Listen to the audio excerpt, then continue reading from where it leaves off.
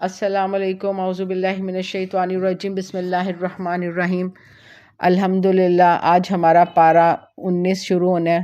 سورہ فرقان ہماری چل رہی ہے اور بڑا خوبصورت انداز بیان اللہ کا ہے، اور مشرکین مکہ کے جو کہتے ہیں اہمکانہ سوال کا جواب اللہ تعالیٰ کس انداز میں دے رہا ہے۔ 19ویں پارے کی پہلی آیت ہے، وَقَالَ الَّذِينَ، اور وہ لوگ کہتے ہیں، لا یرجون لقاءنا، جن کو ہماری ملاقات کی امید نہیں ہے۔ اس کا مطلب یہ کہ ظاہری بات ہے قیامت کا یقین ہی نہیں ہے۔ میں نے پہلے بھی بتایا تھا کہ مکی صورت ہے، مکی صورتوں کا تھیم ہے توحید، رسالت اور آخرت۔ تو آخرت میں اللہ سے ملاقات ہونی ہے، تو اللہ کہتے ہیں ان کا ایک اور قول ہے، لولا انزل علینا الملائکۃ، ہمارے اوپر فرشتے کیوں نہیں آتے؟ یعنی کہ اللہ کے نبی صلی اللہ علیہ وسلم تو ان میں ایسی کیا خاص بات ہے، ہمارے اوپر کیوں نہیں نظر آتے؟ فرشتے ہمیں کیوں نہیں نظر آتے؟ ہمیں آ کے وحی کریں، او نرا ربنا، یا ہم اپنے رب کو خود ہی دیکھ لیں۔ آگے سے اللہ ان کے اہمکانہ سوال کا کیا جواب دے رہا ہے، لقد استکبرا، تکبرو، لقد استکبرو، اللہ کہتے اتنا تکبر، اتنا بڑا سمجھ لیا، فی انفسہم، اپنے آپ کو، اپنے دلوں میں اپنے آپ کو بہت بڑا سمجھ لیا، وَأَتَوْا عُتُوًّا کبیرا، یہ تو بڑی حد سے سرکشی ہے، سب سے بڑی حد سے سرکشی ہے، یہ حد سے باہر نکل گئے ہیں۔ یعنی کہ جو کہتے ہیں کہ وہ جیسے بندہ کہتا ہے کہ لو کیا پدی اور پدی کا شوربہ، تو وہ کہ تم یہ اتنی اوقات تمہاری کہ یہ بات کرو کہ فرشتے تمہیں نظر آئیں، یا تم رب کو دیکھو، یا رب تم سے بات کرے۔ تو اللہ نے کہا اپنے آپ کو اتنا بڑا سمجھ لیا، اللہ نے کہا کہ اتنا بڑا اپنے آپ کو سمجھ لیا، اتنا اپنے آپ کو۔ یہاں دنیا میں ذرا بندہ تھوڑا سا 4 پیسے آ جائیں تو کہتا ہے، وہ بندہ کہتا ہے ذرا سی سرداری کوئی عہدہ مل جائے، وہ کہتا ہے پتہ نہیں میں کیا بہت بڑی شے ہوں۔ تو اسی میں یہ سرداران مکہ تھے، اپنے آپ کو بہت بڑا سمجھ رہے تھے کہ ہم سردار ہیں، تو کیا وجہ ہے ہمارے اوپر فرشتے نازل نہیں ہوتے؟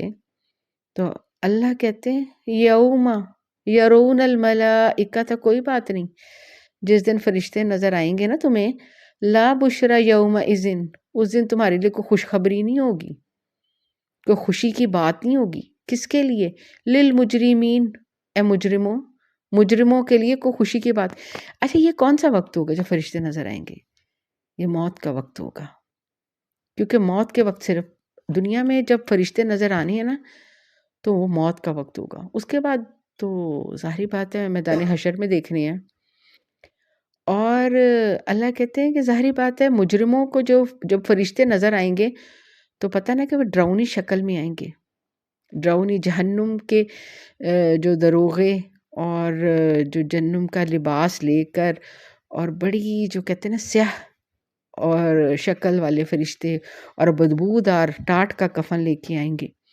تو یہ وَيَقُولُونَ، پھر اس دن ان کے منہ سے کیا نکلے گا؟ آج تو بڑے کہتے ہیں ہم پہ فرشتے اتریں، ہم فرشتوں کو دیکھیں۔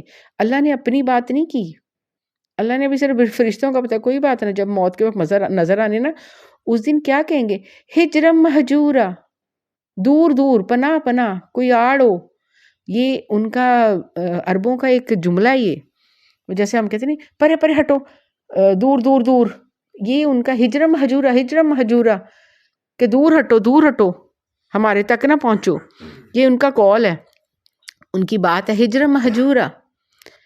اور آگے اللہ کیا کہہ رہا ہے دیکھیں آپ، یہ تو یہاں ایک اور یہ بات بتاؤں کہ اللہ کا جب نزول ہے یہاں، اللہ نے اپنی تو بات نہیں کی، اللہ نے کہا بھی تو فرشتے اس وقت دنیا میں جب نظر آ جائیں گے تمہیں، تمہاری موت کے وقت، اس وقت تو تم نے ہجر مہجورہ لفظ استعمال کرنا ہے۔ اور قیامت والے دن تو اللہ تعالیٰ کہتے ہیں جب آسمان پھٹے گا، جب آسمان پھٹے گا اس وقت تو سارا اللہ آگے بتا رہا ہے کہ دیکھ لینا، اس وقت سب اللہ کہہ رہے ہیں، اس وقت اللہ کہتے ہیں بتاتا ہوں میں، وَقَدِمْنَا، اللہ کہتے ہیں پھر میں متوجہ ہوں گا، الا ما عملو، جو جو کر کے عمل دنیا میں آئی ہو نا تم، من عملی، کوئی بھی کام کیا ہے دنیا میں، کوئی بھی کام کیا ہے نا، اس دن سارے تمہارے کام میرے پاس ہوں گے. فجعلناہ، تو اللہ کہتے ہیں میں اس سارے کاموں کو، سارے عملوں کو بڑا پلندہ بنا کے لاؤ گے نا دنیا میں نیکوں کا. اب یہاں ہم کیا کرتے ہیں، ایک پانی کا گلاس بھی کسی کو پلا دیں تو وہ بھی ہمیں یاد رہتا ہے. کام والی کو اکثر یہ ہماری خواتین کی کیا ہوتا ہے، کام والی کو ایک دفعہ کوئی صدقہ دے دیا، کوئی چیز اچھا سوٹ دے دیا، کوئی چیزیں اٹھا کے دے دی، تو اس سے چھٹی کر لے، یا کوئی صرف میں ہی سی جرا تیرے بھلا کیتا سی، فلاں وقت تیرے میں کام آئی تھی، فلاں وقت کی ہم فوراً یاد کرتے ہیں. ہم سمجھتے ہیں کہ ہم نے اپنی نیکیوں کو خود بخود ہی کاؤنٹ کیا ہوا ہے اپنے دماغوں میں، فلاں وقت میں یہ اچھا کام کیا تھا، فلاں وقت میں یہ اچھا کام کیا تھا. تو اور بڑے بڑے جو کہتے ہیں مفسر، وہ کیا کہتے ہیں، نیکی کر دریا میں ڈال، بھولتے جاؤ. تو اللہ کہتے ہیں اس دن بڑا تمہیں اپنی کاؤنٹنگ کر کے لاؤ گے کہ جی میں نے یہ کام کر لیا، میں نے یہ کام کر لینا ہے. تو اس کے بعد اللہ کہتے ہیں جب تمہارے سارے کام میرے سامنے آئیں گے، سارے کام میرے سامنے آئیں گے نا، تو پھر کیا کروں گا میں؟ اللہ نے کہا فَجَعَلْنَهُ، میں اس کو کر دوں گا ہبا کس کا، غبار، منصورہ، بکھرا ہوا. اچھا یہ غبار کس کو کہتے ہیں؟ کہ بہت لائٹ چیز، دھول جس کو کہتے ہیں نا، دھول اڑتی ہے، اوپر کو اڑتی ہے. دیکھیں جس کو پتہ نہیں چل رہا، کوئی بتا اپنا مائک آف کر دے، میرا ذرا پرابلم ہو رہی. ہاں تو اس کے بعد ہبا جو بھاری چیز ہوتی ہے وہ ہمیشہ نیچے آتی ہے. تو ہبا منصورہ، بکھری ہوئی، کہتے ہیں اسکیٹرڈ، جو بکھری ہوئی جو دھواں ہوتا ہے یا غبار. اور جب خصوصی طور پہ روشن دان میں سے سورج کی روشنی آ رہی ہو تو وہ چھوٹے چھوٹے وہ ذرات اکثر وہ نظر آتے ہیں مٹی کے دھول کے فضا میں، تو وہ سمجھ اس کو کہتے ہیں ہبا منصورہ، یعنی کہ کوئی وزن نہیں. اللہ کہتا ہے کوئی حیثیت نہیں ہے، اللہ نے کہا اس چیز کی کوئی حیثیت نہیں. اصحاب الجنتی، اللہ تعالیٰ ساتھی، وہ جو کہتے ہیں کہ ایک دم سے پردہ اٹھا کے تھوڑی سی ان کو ذرا سی وہ جو کہتے ہیں نا پرومو دکھا رہا ہے. اللہ کہہ رہا ہے اصحاب الجنتی، جو جنت والے ہوں گے، یوم اذن، اس دن، خیر مستقر، بہت بہترین، مستقر، ٹھہرنے والی جگہ ہوگی، وَأَحْسَنُ مَقِيلًا، اور بہترین آرام کا. اچھا یہاں ایک دم سے اللہ نے کہا کہ تم کیا ہو، تم جو بھول رہے ہو کہ جس جنت کا ذکر کیا جا رہا ہے، یہ دنیا میں سمجھ رہے ہو کہ تم نے جنت بنا کے رکھی ہوئی ہے، بڑا خوبصورت گھر، آرام دہ بستر، اے سی شیسی لگے ہوئے ہیں، ہیٹر لگے ہوئے ہیں، سواریاں ہیں. لیکن یہ کیا ہے؟ ہر وقت یہاں ایک ڈر خوف ہے. یہ بھی کوئی رہنا ہے؟ یہ دنیا بھی کوئی جنت ہے؟ یا یہاں بھی کوئی رہنا؟ یہاں کبھی بیماری ہے، کبھی دکھ ہے، تکلیف ہے، کبھی چیزوں کے چھن جانے کا ڈر رہتا ہے، کبھی کھو جانے کا خطرہ رہتا ہے. اور یہاں تو ہر چیز کی ایکسپائری بھی ہے. تو یہ بھی کوئی جینا ہوا؟ بہترین ٹھکانہ رہنے کی جگہ تو اصل تو جنت ہی ہے. وہ احسن و مکیلا، اور بہترین آرام گاہ. اچھا مکیلا اس کو بھی کہتے ہیں جیسے دوپہر کو کھانے کے بعد کیلولا نہیں کرتے، تو کیلولا یعنی کہ اس وقت کہ جنت میں تو نیند تو ہونی نہیں ہے، کیونکہ نیند موت کی بہن ہے. تو ظاہری بات ہے موت اور نیند کا تو جنت میں کچھ نہیں ہوگا. تو کیا ہوگا؟ وہ یہ جو کہتے ہیں نا کہ کیلولا کیا کرنا ہوتا ہے؟ ایسے ذرا سا تھوڑا سا ٹیک لگا کے ریسٹ کرنا، کہ اپنے آپ کو تھوڑا سا فریش کرنا. اچھا کیلولا سے وہ بھی یاد آ گیا، نبی صلی اللہ علیہ وسلم نے کہا کہ کیلولا کیا کرو، شیطان کیلولا نہیں کرتا. اور پھر میں نے بتاتی تھی کہ ایک بہت بڑے عالم تھے، جو کہتے ہیں نا عالم جن کے قرآن کے بھی وہ عالم تھے، اور انہوں نے یہ جنوں کو قابو کیا ہوا تھا. تو انہوں نے اپنا بتایا، ہندوستان کے تھے بہت بڑے عالم، انہوں نے بتایا کہ میں نے جنوں کا سردار ایک دفعہ قابو کر لیا. وہ جنوں کا سردار اپنے جنوں میں وہ عامل تھا، یعنی کہ عملیات کرنے والا، جنوں کا بڑا جادوگر تھا وہ. تو کہتے اس کو میں نے مسلمان کر لیا. میں نے کہا ظاہر بتا تو مسلمان ہو گیا، مسلمان بھائی ہوتے ہیں، تو کوئی ایسی چیز بتا کہ جو ہمارے مسلمان بھائیوں کو فائدہ کر دے. تو اس نے کہا کہ کیلولا کیا کریں. کیلولا ایک ایسی سنت ہے کہ جس پہ جو اس پر عمل پیرا ہو جائے، اس پہ اگر جو کہتے ہیں نا کہ مصری جادو، انہوں نے کہا مصری جادو، کہتے ہیں ہاں ہم سمجھتے ہیں نا کہ بنگال کا جادو سر چور کے بولے گا، بنگال کا جادو فلاں جادو، ان کا اصل جادو مصر، تو یہ فرعون کا، حضرت موسیٰ کا، تو یہ جادو یہ چلا ہی وہیں سے ہے، مصر سے، تو یہ ان کا جادو کا توڑ کوئی نہیں ہے دنیا میں، تو مصریوں کا جادو کا، تو مصری جو جادو کا جو توڑ ہے صرف ایک اپنے محبوب کی سنت کو زندہ کرنے میں، اور وہ کون سی ہے؟ کیلولا کرنے میں۔ تو دوپہر کو تھوڑی دیر کھانے کے بعد ایسے ریسٹ کرنا، یہ ہمیں ہمارے نبی صلی اللہ علیہ وسلم کی سنت تھی، اور چین اور باہر کے ملک وہ اپنے جتنے ان کے امپلائیز ہوتے ہیں ان کو دوپہر کو کھانے کے بعد ان کو تھوڑی دیر 15 سے 20 منٹ آدھا گھنٹہ کے لیے کہ آپ اپنی کرسیوں پہ ایک دم لائٹس آفس کی بند کر دیتے ہیں کہ تھوڑا سا ٹیک لگا کے تھوڑا سا ریسٹ کریں، اور اس کے بعد ایک دم سے وہ فریش ہوتے ہیں یہ 15-20 منٹ یا آدھے گھنٹے کی بریک کے بعد، اور پھر وہ تیزی سے اپنا کام کرتے ہیں۔ تو یہ فریش ہونے کے لیے، اور آپ یہ دیکھیں نا کہ جن پہ مصری جادو بھی ہوگا تو وہ بھی ختم ہو جائے گا صرف کیلولا کی سنت کو عمل کرنے کے لیے۔ تو میں کہا کہ سنت پہ تو ہر سنتوں پہ فرشتوں کا پہرا ہے نا، تو جو اس کو بھی اپنائے گا سنتوں کو تو فرشتوں کی تحویل میں ہوگا، تو وہ کیوں نہیں شفا ہوگی اس کو۔ تو یہاں کہ اللہ نے کہا جنت ہے نا، دیکھو بہترین رہنے کی جگہ، تو اسے اگنور کر رہے ہو۔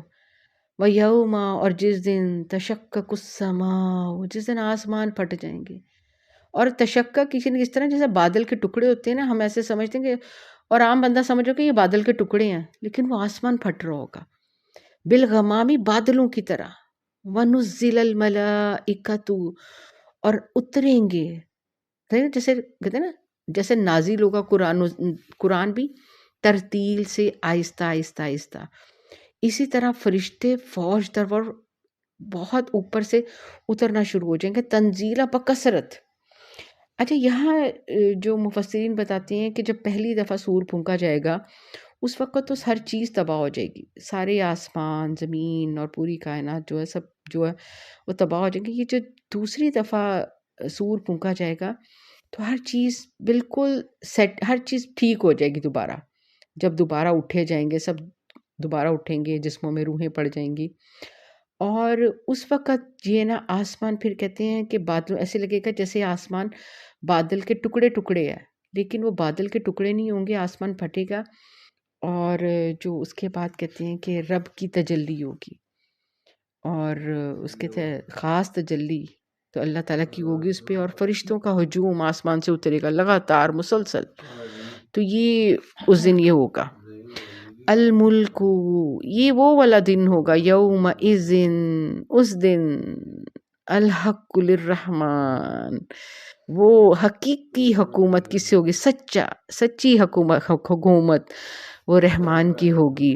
وکانا، اور ہوگا، یومن، وہ والا دن، علی الکافرین، کافروں پر، اسیرا، بہت بڑا، یعنی کہ جو کہتے ہیں نا کافروں کے لیے وہ جو دن ہوگا وہ بہت ہی سخت ہوگا، ظالموں کے لیے، انکار کرنے ان کے لیے وہ سخت ہوگا قیامت والا دن۔ اور پیچھے بتایا تھا کتنی دفعہ کہ مومنوں کے لیے، مسلمانوں کے لیے اس طرح ہی ہوگا جیسے ظہر سے عصر کا وقت یا 2 رکعت نماز، بس اتنا۔ وَيَوْمَ، اور وہ والا دن، يَعُضُّ الظَّالِمُ، کاٹیں گے ظالم، عَلَى يَدَيْهِ، اپنے ہاتھ۔ اچھا اب یہ ہاتھ کیوں کاٹیں گے؟ یہ اس وجہ سے جب کوئی انسان پشیمان ہوتا ہے نا، نادم ہوتا ہے، تو ایک تو ہوتا ہے نا کہ نادم ہونا، سر جھکا دینا، اور یوں اپنے آپ کو یعنی کہ جو کہتے ہیں نا بڑا اذیت دینا، تو یہ پشیمانی کی، نادم ہونے کی، جو کہتے ہیں نا کہ اخیر جو ہے کہ اپنے ہاتھوں کو کاٹنا، کہ ہائے یہ کیا کھو گیا، یہ میں نے کیا کر دیا، جو کہتے ہیں نا اپنے آپ کو اذیت دینے والی بات۔ تو یہاں اللہ بتا رہے ہیں کہ ان کافروں پہ جو ان کے اتنا سخت دن ہوگا کہ ان کے لیے نادم ہونے کا، پشیمان ہونے کی اتنی وہ پیک پر ہوگا ان کا یہ پشیمان ہونا کہ اپنے ہاتھوں پر دانت کاٹیں گے، یقولو، بولیں گے، یا لیتنی، ہائے افسوس، کاش. اچھا یہ جو لفظ ہے نا، یا لیتنی اتخذتو، کاش، کاش میں بنا لیتا، پکڑ لیتا، ما الرسول، رسول کا سبیلا، رسول کے رستے پہ چل جاتا. رسول، اچھا اس کے پیچھے باقاعدہ ایک واقعہ، یہ آیت پڑھ کے میں پھر آپ کو واقعہ سناتی ہوں.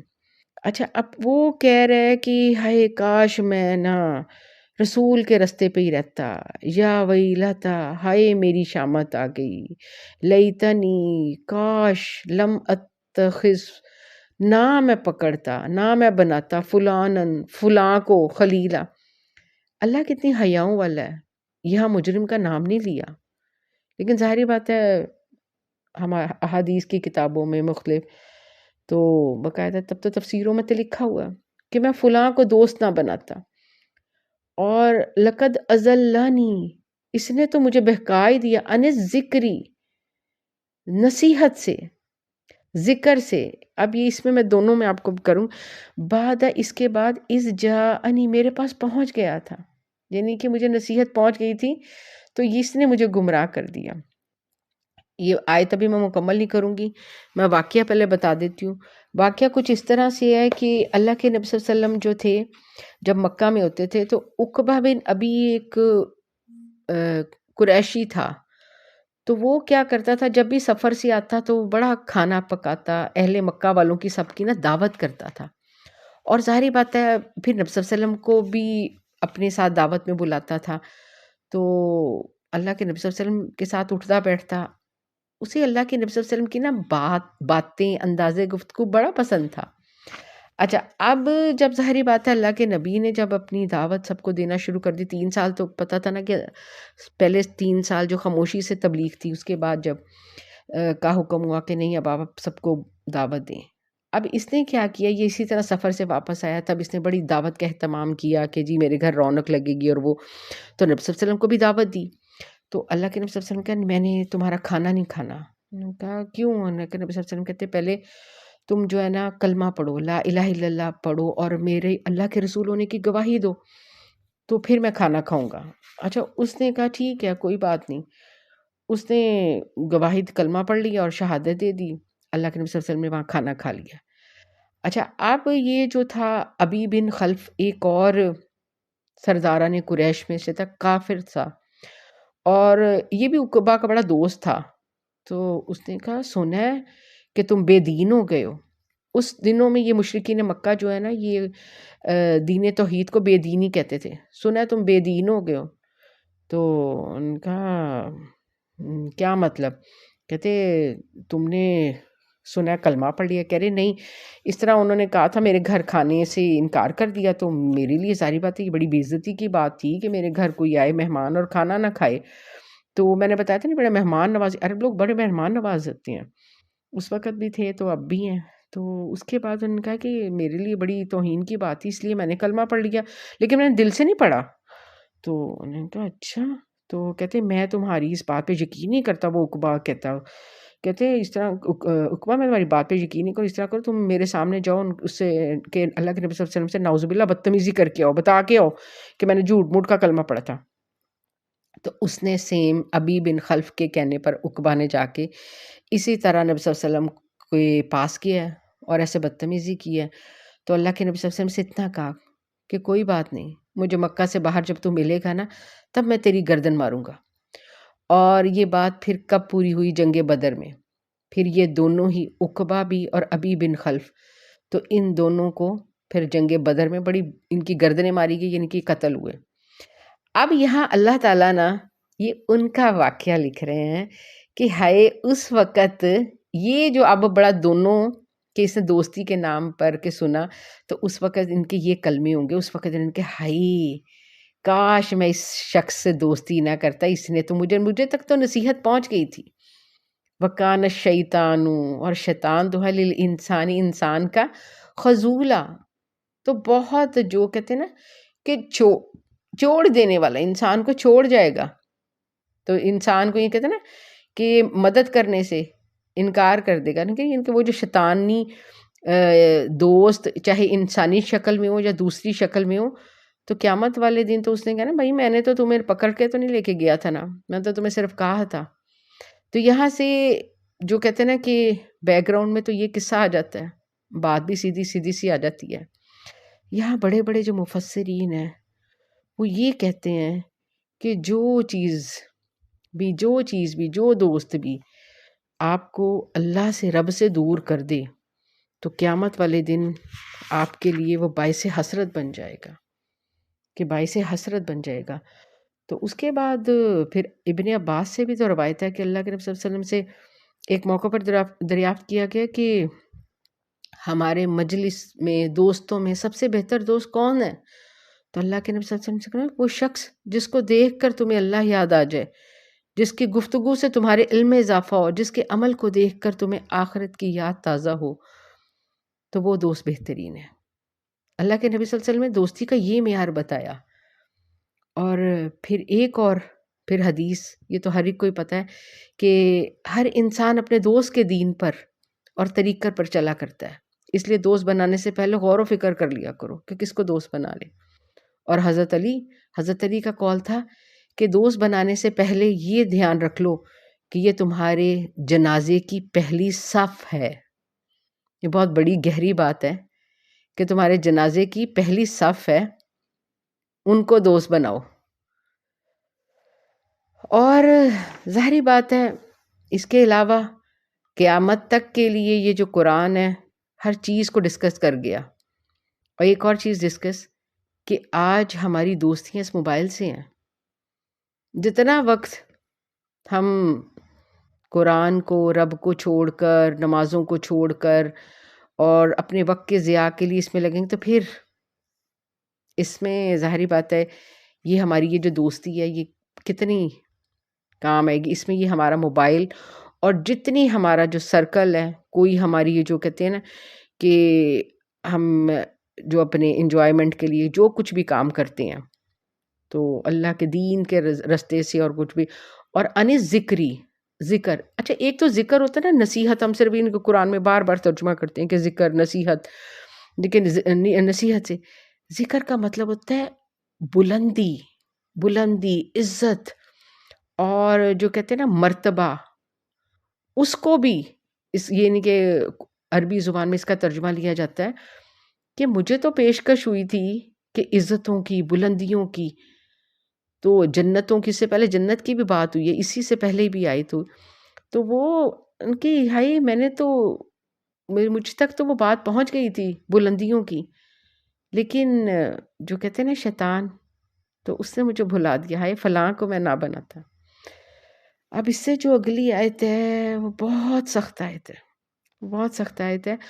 اور اس میں جب میں وقال الرسول، اور رسول کہیں گے، یہ میدان حشر والی بات ہی ہے. اور سامنے یعنی کہ جب اللہ کے سامنے کھڑے ہیں دربار میں، اللہ رسول کیا کہیں گے؟ یا ربی. ایک تو میں آپ کو پہلے بتا دوں یہ والا لفظ پورے قرآن میں صرف ایک دفعہ ہے. اللہ کے نبی نے ربنا اس طرح کہ اے ہمارے میرے رب، ربنا ربی، یا رب یعنی کہ جیسے سامنے اور جیسے بہت گڑ گڑا کے کوئی دعا گئی یا رب یا رب. تو پورے قرآن میں اللہ کے نبی صلی اللہ علیہ وسلم نے یہاں کے یا رب کا لفظ استعمال کیا، یا ربی. اور کیا کہنے، ان قوم اتخذوا، میری قوم نے ٹھہرا لیا ہے، حاضل قرآن، ایک لفظ پہ غور، یہ قرآن مہجورا بعض تفسیروں میں ترجمہ ہوتا ہے، یہ میں آیت مکمل کر لوں اس لیے بے شک ٹائم 2-3 منٹ زیادہ بھی ہو جائے کوئی بات نہیں. مہجورہ کا مطلب ہوتا ہے ترک کر دینا، بعض تفسیروں میں لکھا ہو چھوڑ جانا، لیکن اس کا میں آپ کو صحیح بات بتاؤں، اس کا مطلب یہ ہے کہ ایک چیز موجود ہے، جیسے مثال کے طور پہ کوئی پرانی بلڈنگ ہوتی ہے، یا مثال کے طور پہ نیا پل بن جائے تو پرانے پل کو لاک کر دیتے ہیں یا آگے کوئی لگا دیتے ہیں باڑ وغیرہ کہ جی یہ استعمال میں نہیں ہے، موجود تو ہے لیکن استعمال نہیں ہے. ایک تو اس کا یہ مطلب ہوا کہ موجود تو ہے ہر گھر میں، ہر ایک کے پاس قرآن موجود ہے، لیکن اس کو استعمال نہیں کرتا، اس کو کوئی پڑھتا نہیں ہے، اس کو کوئی اٹھاتا نہیں ہے۔ قرآن کے کتنے حق ہیں ہم پہ؟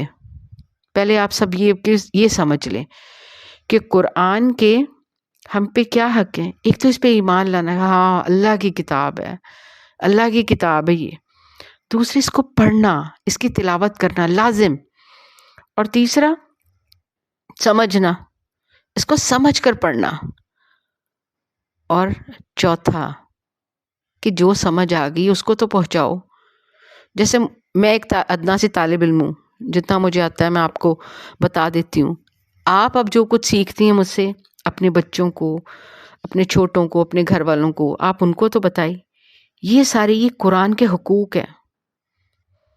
اور یہاں جو لفظ حاضل قرآن کا، قرآن بھی آ سکتا تھا، لیکن حاضل قرآن کر کے یعنی کہ کہتے ہیں نا اس کی چیز کی اہمیت کو، جیسے ایک یہ کہ یہ قرآن کیا اس قابل ہے کہ اس کو چھوڑا جائے؟ کیا یہ کائنات کی سب سے قیمتی چیز، جیسے اگر ایک گلاس پڑا ہو تو کہا جائے کہ گلاس کوئی چھوڑنے کے لائق ہے، یہ عام بات ہوگی۔ لیکن آگے سے اگر یہ کہیں کیا یہ گلاس اس قابل تھا کہ اس کو چھوڑا جاتا، تو بات ہوگی نا، تو کیا ہو گیا اس گلاس کی اہمیت کا پتہ۔ تو حاضل قرآن کہ یہ قرآن کیا اس قابل تھا کہ اس کو مہجورہ، اس کو ترک کر دیا جاتا، اس کو چھوڑ دیا جاتا؟ کائنات کی سب سے قیمتی چیز جس کا حق تو یہ تھا، اس کو ہاتھوں ہاتھ لیا جاتا۔